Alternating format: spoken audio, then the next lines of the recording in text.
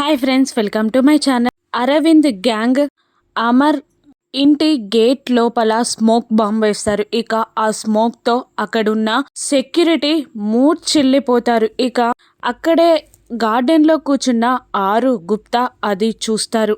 ఆరు షాక్ అవుతూ ఉంటుంది వాళ్ళందరినీ చూసి. ఇక పిల్లలందరూ పడుకుంటారు. బాగా టెన్షన్గా అటు ఇటు తిరుగుతూ ఉంటుంది. పెద్దవాళ్ళు కూడా టెన్షన్ పడుతూ ఉంటారు. అమర్ అప్పటికే అరవింద్ గ్యాంగ్ని పట్టుకోవడానికి ఇంటి నుండి బయటికి వెళ్ళిపోతాడు. అప్పుడు ఆరు గుప్తా గారిని, ప్లీజ్ అండి, ఇంట్లో ఆయన కూడా లేరు, గుప్తా గారు మీరే నా కుటుంబాన్ని రక్షించాలి అని అడుగుతూ అర్థిస్తూ వేడుకుంటూ ఉంటుంది. ఇక గుప్తా గారు కోపంగా పైకి లేచి, సరే నీ ఫ్యామిలీ ప్రాణాలని కాపాడాలి అంటే నాదొక కండిషన్, నువ్వు నాతో పాటు యమపురికి రావడానికి ఒప్పుకోవాలి అని గుప్తా ఆరుని బెదిరిస్తూ ఉంటాడు.